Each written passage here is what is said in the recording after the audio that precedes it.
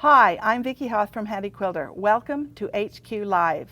Today we will present to you one of our most popular videos, TNT.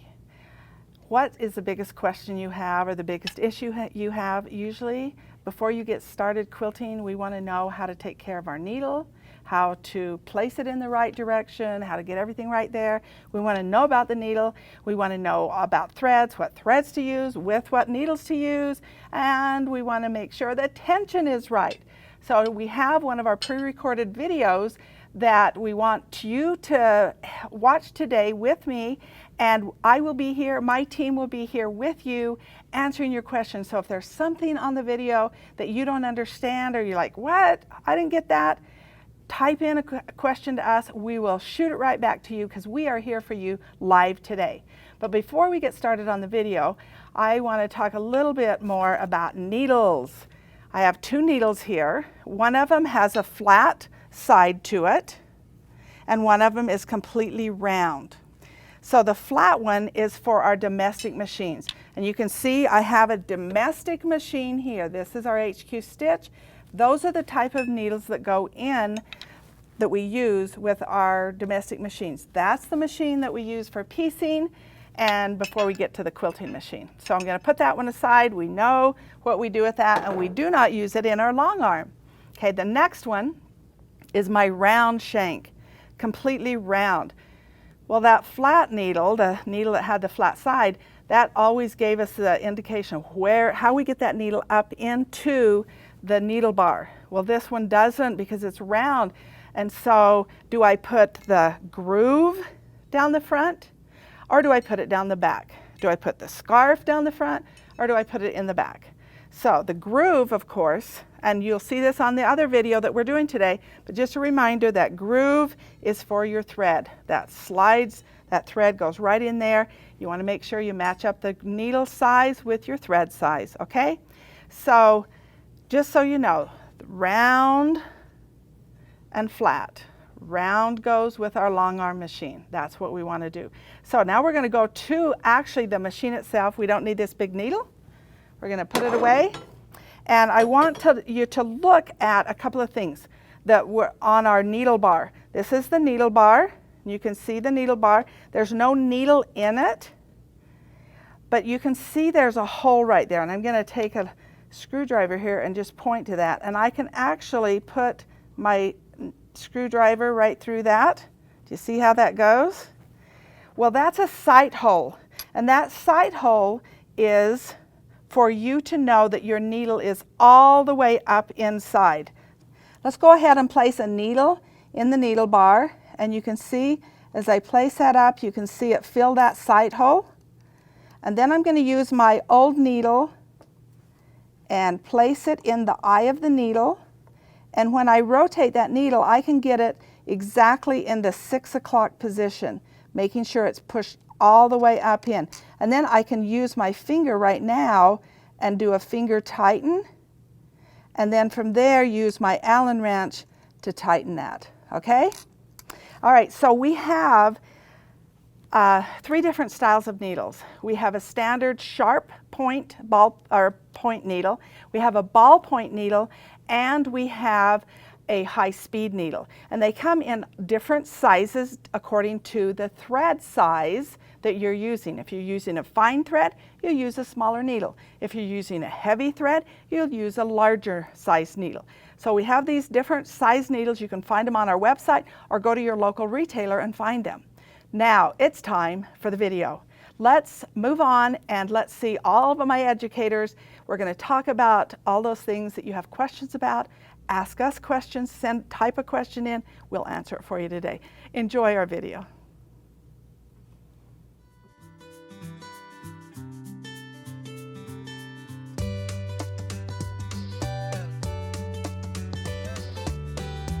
Hi, I'm Vicki Hoth from Handi Quilter, and I'm Cheryl Duncan from Handi Quilter. And welcome to the Tension Tug of War. So the first thing we want to talk about today with tension is the needle. Do you think you need a good needle to get good tension? You do. So let's first talk about the needle. So Cheryl, I'm going to hold this needle up here, and you talk about the characteristics of this needle. Well, I want to see the sewing machine that thing fits. Yeah. Well, you know. Okay, so the first thing that we have is we have the eye of the needle. This is where your thread goes. If you can't get it in there, you've got problems. So if you can't get it in there, that means your eye of your needle is not large enough. That means your needle is not large enough. So you need to match up the thread size with a needle size, all right? Okay? That's right. Then you have the long groove here, and this has to go right down the front. And the reason for that long groove is that's where the thread rides. Again, if the needle is not large enough, the thread will ride on the outside of that, and it causes shredding. So, and that's an ugly thing to happen, okay? Okay, then we have the shank. If you notice, the shank on the quilting machines are round. Kind of hard to keep it in straight. Well, so on my regular domestic machine, it's got that flat spot. So you put it in, you know it's there. That's right. But the nice thing about the round is that you can adjust that. So if I'm having some shredding issues, let's put this needle back up. If I'm having some shredding issues, that might be that my needle's not in properly, and you want to put that in at 6 o'clock. And shredding, it means that maybe the thread is hitting the hook too soon. So you might want to rotate that needle to 5:30. So as I take this needle here and rotate it slightly, just slightly to 5:30, as the loop forms in the back, it's forming a little bit away from that hook. So that can help eliminate shredding. So you've really just changed your timing on your machine. Just a little bit, just yeah. slightly. So our quilters can do that. So what about if it's having skipped stitches? Well, I would think that you would want to go the opposite way and If go it's towards 6:30. Towards the hook, right? 'Cause Right. it's not, the hook's not catching it. Right. So as I rotate this, if it's at 6, I rotate this to 6:30. So it's slightly to 6:30. That puts that loop in the back closer to the hook. And it is just little tiny rotations. Very It's tiny. not Now, big. if there is a timing issue, you may have to have your retailer help you with it. But this is, you know, some threads are just a little bit finicky, and they need just a little bit of a tweak. And so those are things that we can do. All right? So, needles. One more thing on the needle. What's that? We have the scarf in the back. That's right. Actually, there's another thing you didn't, but we'll talk about that too. So I'm going to turn this so you can see that scarf. What is that for? That's actually where your hook passes by to catch the thread. And if that's not in backwards, Or if it is in if backwards. it's in backwards and this is towards the front, there's nowhere for that hook to pass by. Yeah. So you're not and going it to get a doesn't stitch. catch the thread. Yeah. So the other thing is the point. Okay. Okay, so there are different points on needles, and if you have a domestic machine and you have a sharp point, you wouldn't want to use that on like knit fabrics. Yeah. And so there are ballpoint needles and there are sharp needles. We at Handi Quilter have what we call the R, and that is the sharp needle. Then we have an FG, which gives it a little bit of a ball if you want to use for knits. Okay. So a t-shirt quilt. Yeah, absolutely, t-shirt quilt. So we have all of our different needles here from size 20 down to size 12. We also have infinity needles, and the infinity needles are a little different. They're what we call a crank needle. So rather than having it cut out, the needle is actually bent a little bit so that it just gives when you cut something out, it maybe takes away some strength. But when you bend it, you still have that strength. So that's one of the reasons for the infinity needle, okay? And are we done with our needles? I think the needles are done. All right. Just make sure you've got the right size for the thread do you that know you're what? using. We are not done with our needles. Okay. You always want to use the right needle system for your quilting machine. And our needle system is system 134. And you can see that on the needle packages that you'll buy from your retailer.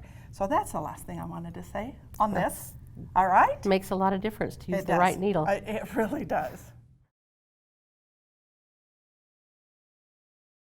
Now it's time to talk about bobbin winding and the bobbins. So, first of all, we've got two bobbin winders here. This is one of the older bobbin winders. This is the new one that comes with the machines today. Both of these have speed control on them. Now, if you have an older bobbin winder that doesn't have speed control, then I would be really careful as you're winding those bobbins. You don't want to wind them at that fast speed because it can do ugly things, can't it? Yes, especially on delicate threads. That's right. I was winding a 60 weight thread the other day, and I was winding it on this bobbin winder, and I had it down to 3, which I thought, it goes up to 10. So I had it down to 3 thinking, that's good. Well, when I took that off, it had actually, because even that was too fast, and it had taken the sidewalls, which they're just, and it had just boing, and it had totally ruined my bobbin because then it made the bobbin too wide to fit in the bobbin case. So I couldn't even use it. So I just rewound it on another one a lot slower. Oh, so you didn't throw the thread away? No, I just rewound it. Okay, good. Okay, so the finer threads, definitely slow down your bobbin winder so that you have better control because it can tend to even stretch them. Sometimes do you need to change your tension a little bit too? You may want to, but we have to be careful with that changing the tension because I want to hold up this. You hold up yours, and I want to hold up these two bobbins. Put that up there by mine. And you can see how no tension, how dreadlock look that looks, terrible. And this is not going to give you a good stitch. This is really bad. So what we want it to look like is, let's pull up that one, and I'm actually going to pull up this one too. This is a good wound bobbin. And so if I try to put my fingernail down into that, it won't go in. If I do it here, I can sink right down in there. That's pretty ugly. So if you can sink your fingernail in there, then as that thread is pulling off, it's going to sink down in there too, so it's not going to pull out smoothly. Inconsistent tension. So another thing I want to show you is this is just about the right amount of thread that you want on your bobbin. I wound one a little fuller, and it's so full that it almost rubs against the bobbin case as you put it in. That right there is going to create a tension issue. So if you wind it too full, then just pull off a few yards because this is what you want. This is not what you want. So you actually want to see just a little tiny bit of the bobbin. And you can adjust both of your bobbin winders so you can get that. And you can find those instructions on our website, on your bobbin winder instructions, so you can find out how to adjust that, the feel of that. Yeah. And you want that bobbin thread to wind evenly back and forth as you're winding the bobbin, okay? And we can also use pre-wound bobbins. They work great. Some manufacturers say that you might want to pull a few yards of this off before you. So if you're having issues with that, pull a little bit off. But a good wound bobbin is what we're looking for. The next thing we want to talk about is the bobbin case. Kind of an important part. A really important part. All right, so that bobbin case, first off, I want to just kind of get rid of a myth. There is no factory setting on the bobbin case. So it doesn't come, the machine doesn't come to you with a factory setting. The bobbin case comes to you on your machine with the thread, tensioned with the thread that they use to sew it off on at the factory at Handi Quilter. So when it comes to you and you are using a 40 weight thread, we use a 50 weight thread here to sew it off, so you will need to make an adjustment.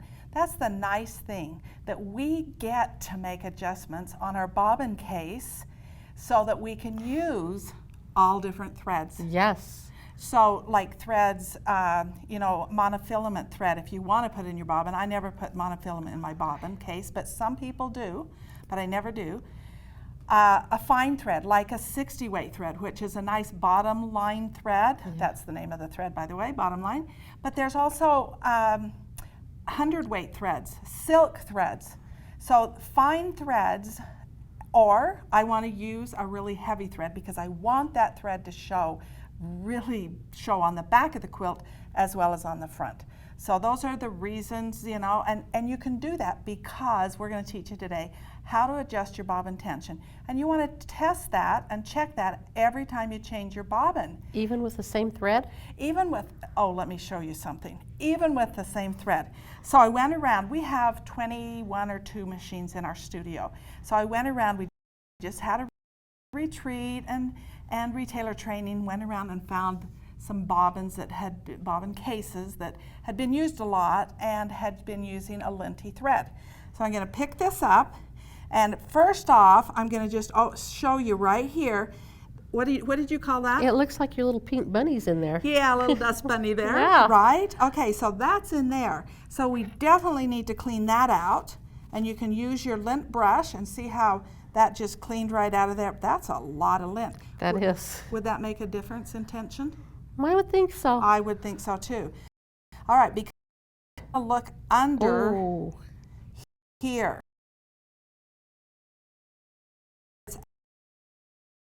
Right. And put it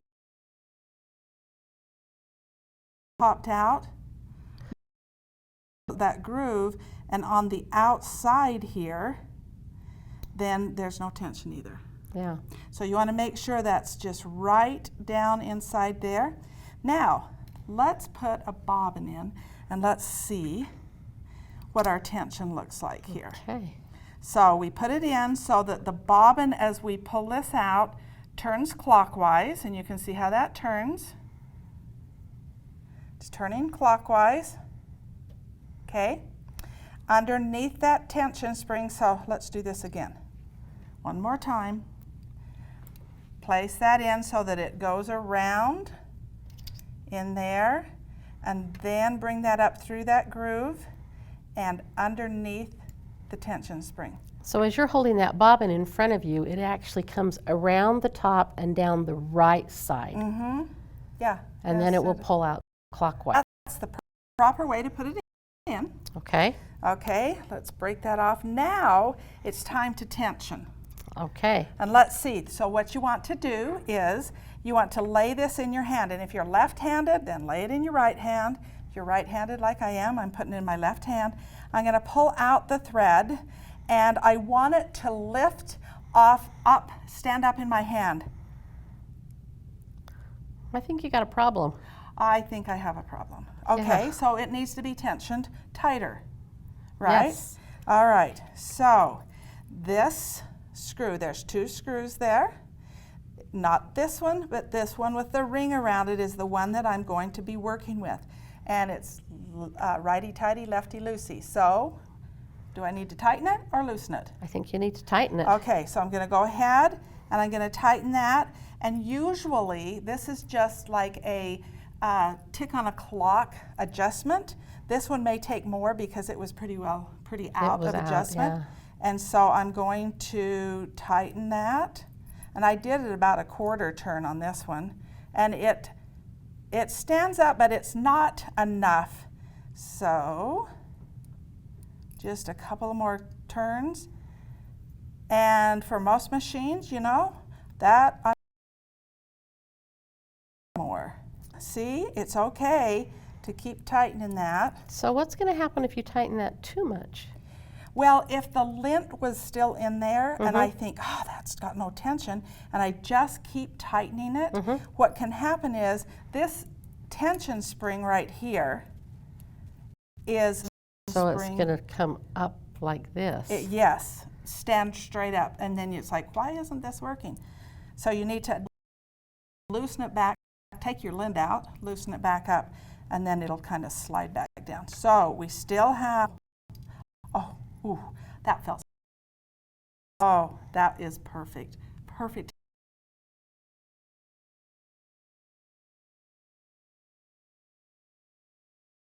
Would drop if I wiggled it just a little but we bit, don't but wanna I don't wiggle. want to wiggle it. No wiggling. But I don't think there's that much. Okay, so, oh. Haha, how about that first All time? right, let's see this other one. I've got another one here. Let's see how this works. Stands up and perfect. Well, No, it wouldn't. Okay. So that you really wound bobbin so that you can get that pull, because that's what it needs, is that pull. Okay, and let's talk about just important thing I want you to see is the So do you worry about that big needle making holes in your quilt? when I take that quilt off, shake it out, and use it, I don't. Yeah, right. It I just don't. goes away. Yes. Okay. So then there are threads that are shiny threads. These are called trilobal polyester threads, and see how nice and shiny that is compared to maybe this one's not quite so shiny.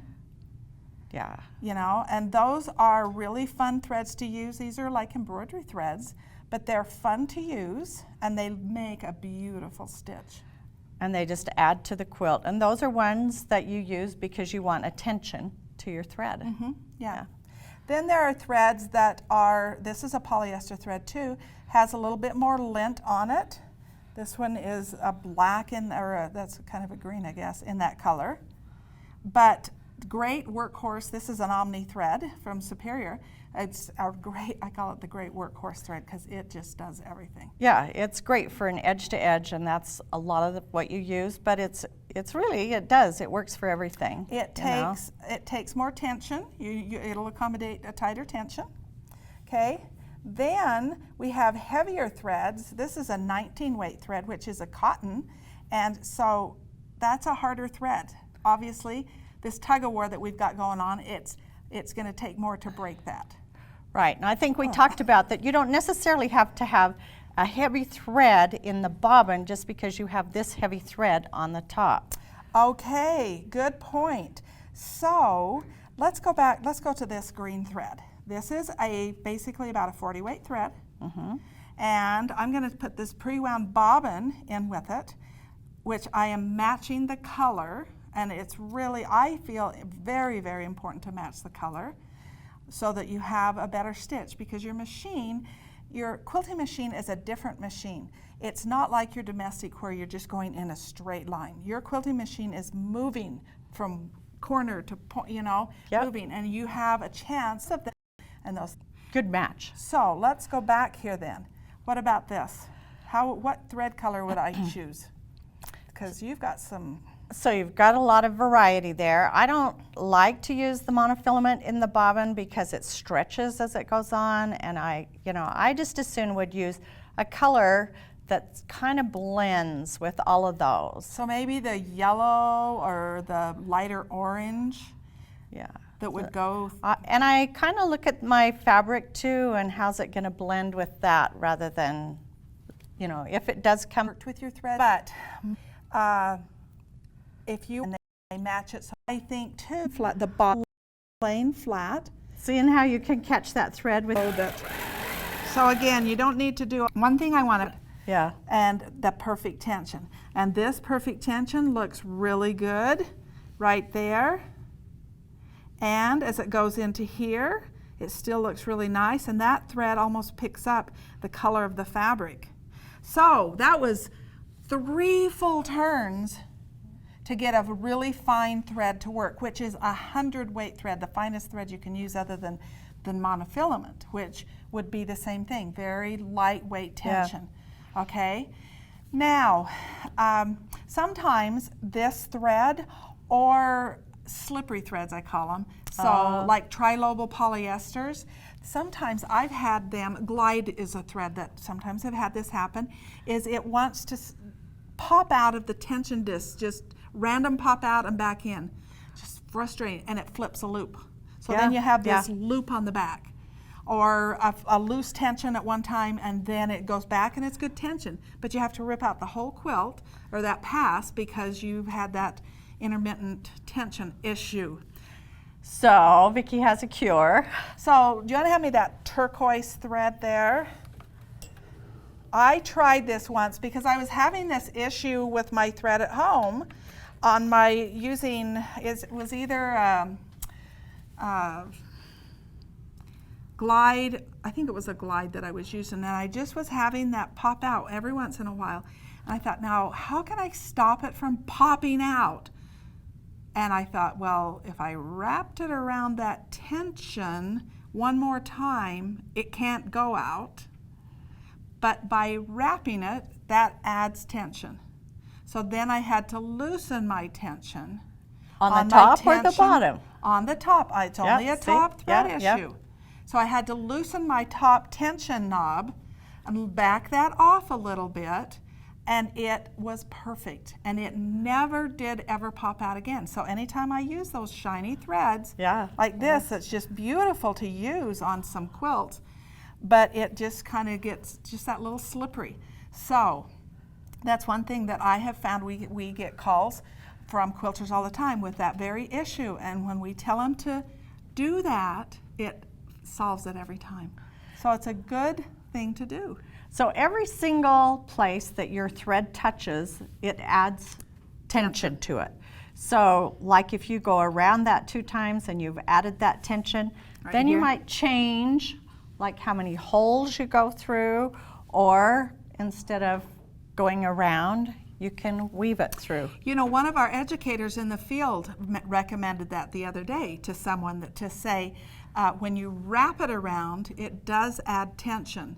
But if you weave it like on a very fine thread, if you weave it through those 3 holes, it will not add tension, but it will guide it. And that's what it is a thread guide. Yeah. You know, and so that's another thought that you could do if you're having tension issues. Yeah. So the good thing is that we have all these threads that we can use. The hard thing is finding that perfect adjustment to get the beautiful stitch. That's right. And every time you do test a thread, after you get that perfect adjustment, then my thinking is you pull that, you feel that, you get that feel in your mind of what is there, what that feels like. And then it's you not can just such walk a challenge. Up to it right. And say, oh, this is a fine thread. That's way too tight, or oh, that's too loose. It's gonna make loops. Okay, now we have one more thing we want to show you, and then you get to start quilting.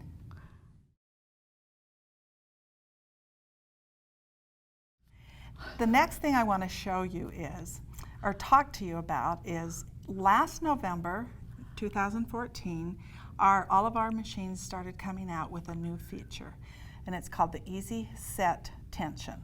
So what that is when you tighten your tension or loosen your tension, you will see a number on your screen, and this will give you a number, a tension number. So this thread that we've been using, the 100-weight thread, tensioned up at 345. Now, every machine will be different because you tension your bobbin just maybe a little differently, and each machine is its own. So it would be a different number. You can't compare with your friend and say, oh, I use Wonderfield thread and it's 345. Oh no, I use it and it's 245. You have to do it to your number, and then you write that down so that when you go back in and put that thread back in to use again, you can go right to that 345. You may have to tweak it a little bit, but it's there for you. So it just helps you to just dial right into a number for the threads that you're using. So this new feature came out in November of 2014. Well, what about all of the other quilters, me for one, that have a Fusion that's a couple of years old, that doesn't have that feature? Well, we have that feature for everyone now.